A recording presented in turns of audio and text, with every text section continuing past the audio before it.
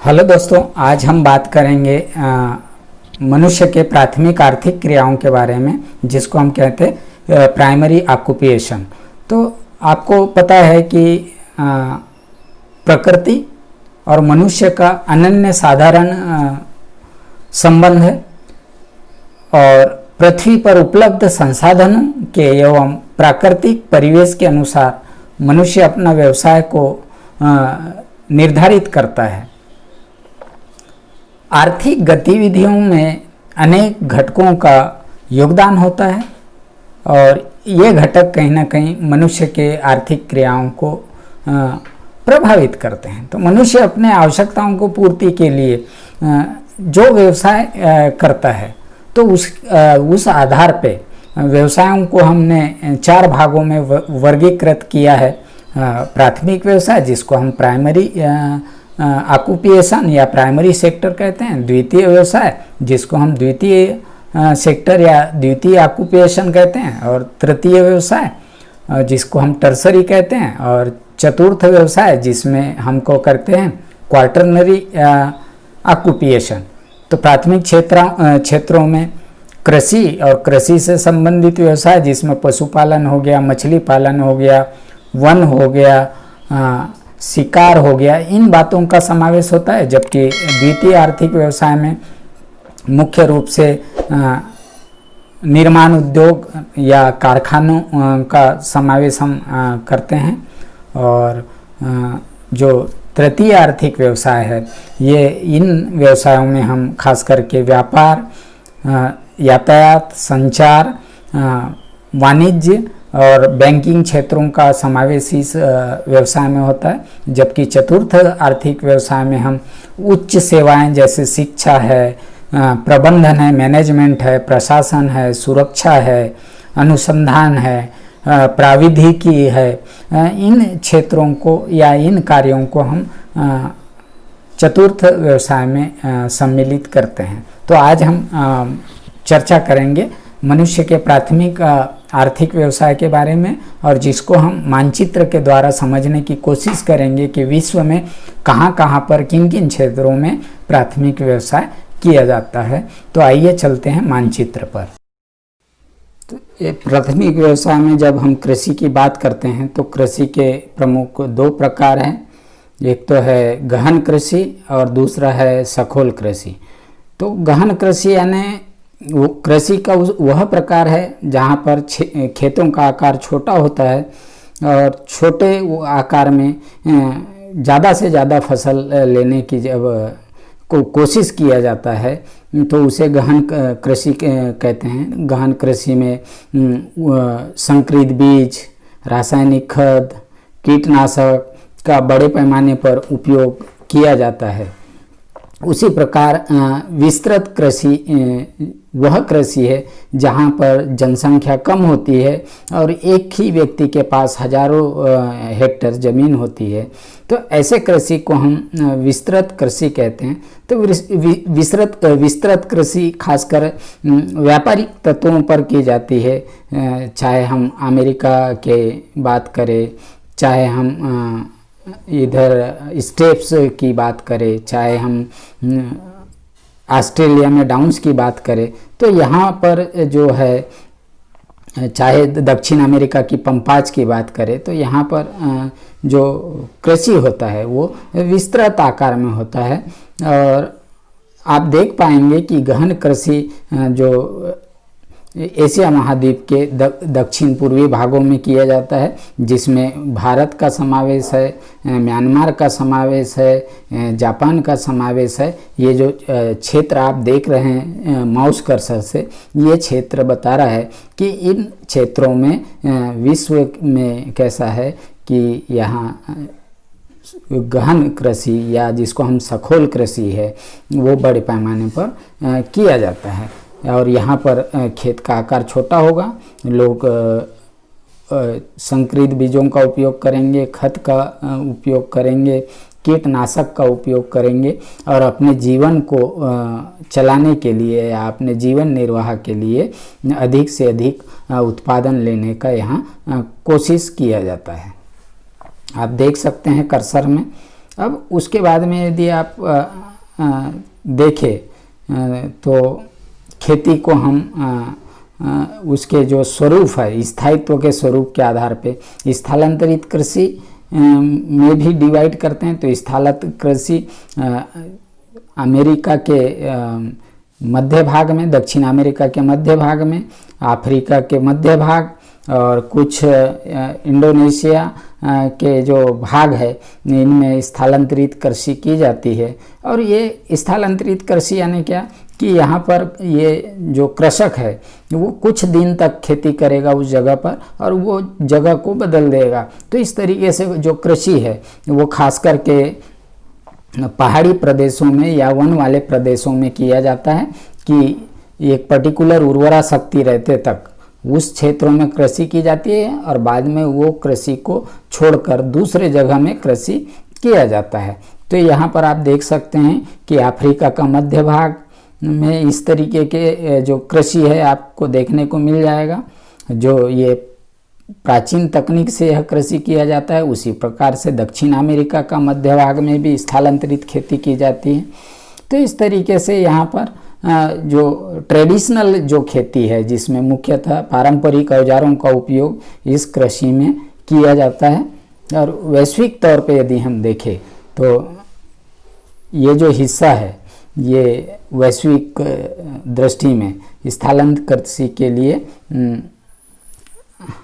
प्रसिद्ध है। उसी प्रकार से यदि हम यांत्रिक कृषि की बात करें तो अमेरिका का मध्य भाग, दक्षिण अमेरिका का पूर्वी भाग, उसी प्रकार यूरोप के जो एशिया के स्टेप्स प्रदेश वाले भाग, इन प्रदेशों में यांत्रिक कृषि की जाती है या बड़े पैमाने पर कृषि की जाती है, जिसमें ऑस्ट्रेलिया का भी भाग यहाँ पर सम्मिलित है।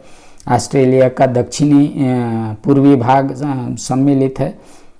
और यांत्रिक कृषि में बड़े बड़े यंत्रों का उपयोग होता है, बड़े बड़े क्षेत्रों पर यह कृषि किया जाता है और इसका मुख्य उद्देश्य व्यापारिक दृष्टिकोण होता है, जिसमें अमेरिका का प्रेरीज, दक्षिण अमेरिका का पंपाज का समावेश है।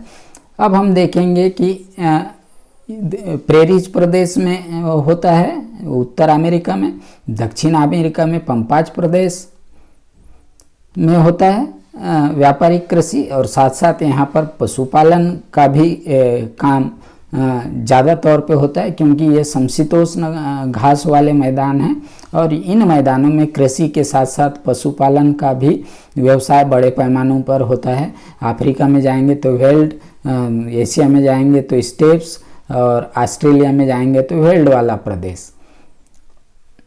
और इस तरीके से इन क्षेत्रों में कृषि के साथ साथ पशुपालन का भी काम बड़े पैमाने पर होता है, क्योंकि यहाँ पर पशु के लिए योग्य चारे की सुविधा होती है और खाद्य पदार्थों की उनके लिए यहाँ पर ज़रूरत होती है।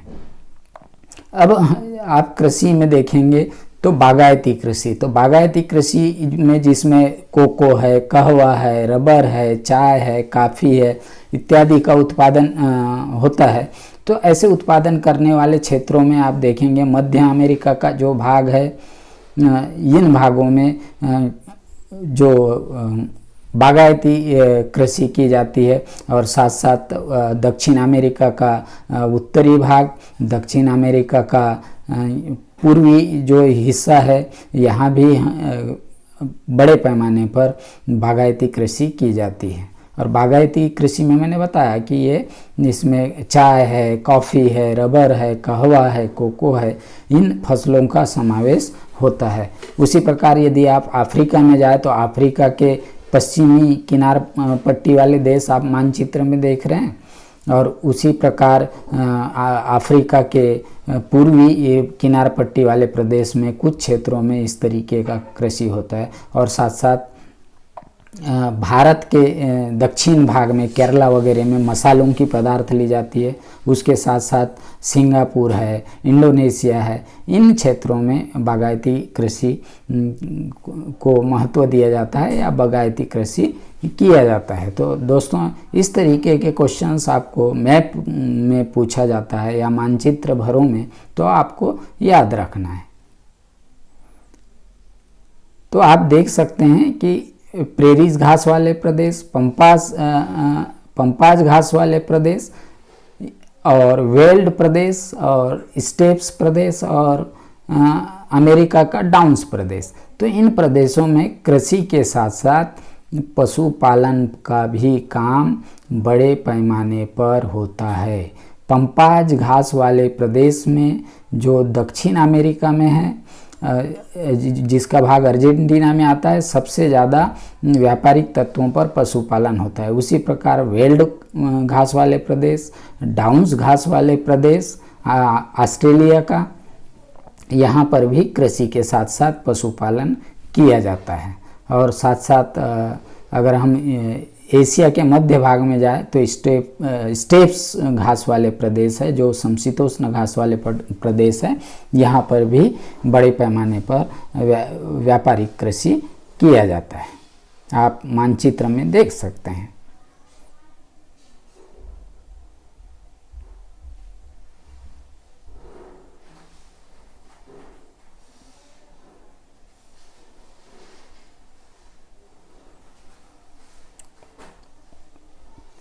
तो इस तरीके से आपने देखा कि उत्तर अमेरिका में घास वाले प्रेरीज है, दक्षिण में पंपाज है, अफ्रीका महाद्वीप में उसी को हम कहते हैं वेल्ड, और एशिया में कहते हैं स्टेप्स, और ऑस्ट्रेलिया में कहते हैं डाउन्स। ये घास वाले प्रदेश, समशीतोष्ण घास वाले प्रदेश, जहाँ पर व्यापारिक तत्वों पर पशुपालन और खेती, ये दोनों भी यहाँ पर होता है।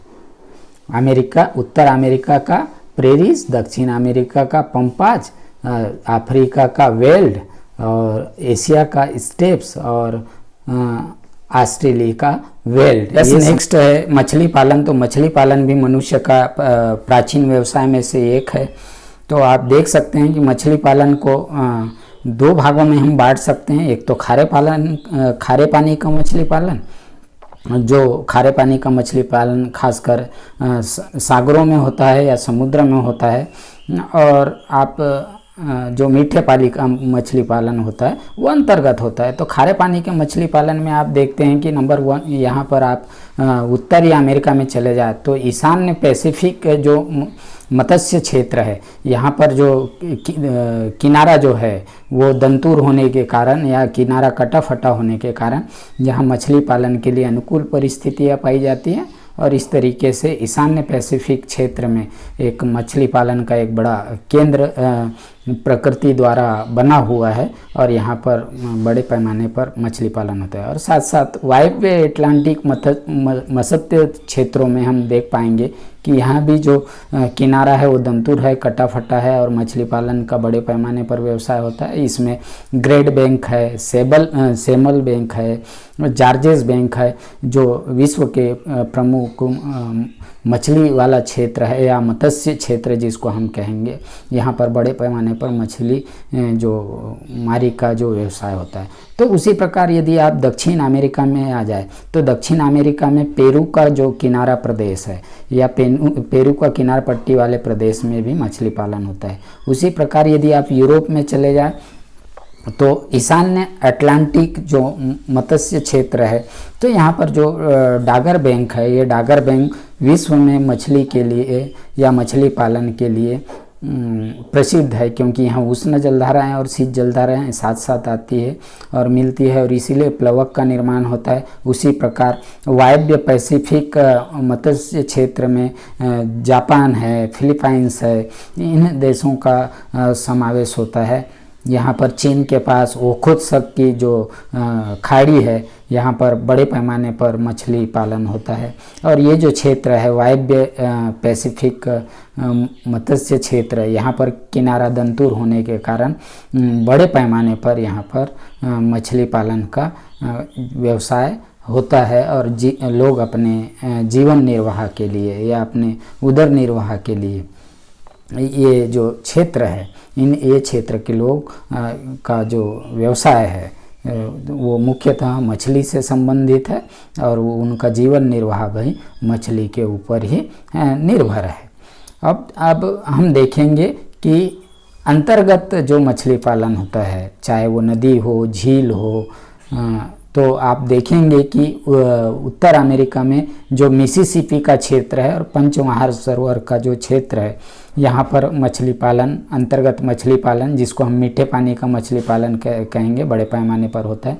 उसी तरीके से अगर हम दक्षिण अमेरिका में आए तो अमेज़न जो नदी के जो क्षेत्र है, यहाँ पर भी जो मछली का जो व्यवसाय है बड़े पैमाने पर होता है अंतर्गत। और उसी प्रकार यदि हम अफ्रीका में जाए तो नील नदी का जो क्षेत्र है, तो नील नदी में भी यहाँ जल की उपलब्धता होने के कारण मछली पालन का जो व्यवसाय होता है। और उसी प्रकार अगर हम भारत में देखें तो गंगा नदी वाला क्षेत्र, जहाँ पर यहाँ नदियों का जाल है, और उसके सहायक नदियों के क्षेत्रों में, बंगाल की खाड़ी में, यहाँ पर मछली पालन का जो काम है वो बड़े पैमाने पर होता है। और यदि हम ऑस्ट्रेलिया में जाए तो मरे डार्लिंग नदी में, जो ऑस्ट्रेलिया का सबसे बड़ा नदी है या प्रमुख नदियों में से एक है, तो यहाँ पर भी मछली पालन किया जाता है। और इन क्षेत्रों के लोग मछली पालन पे डिपेंड है।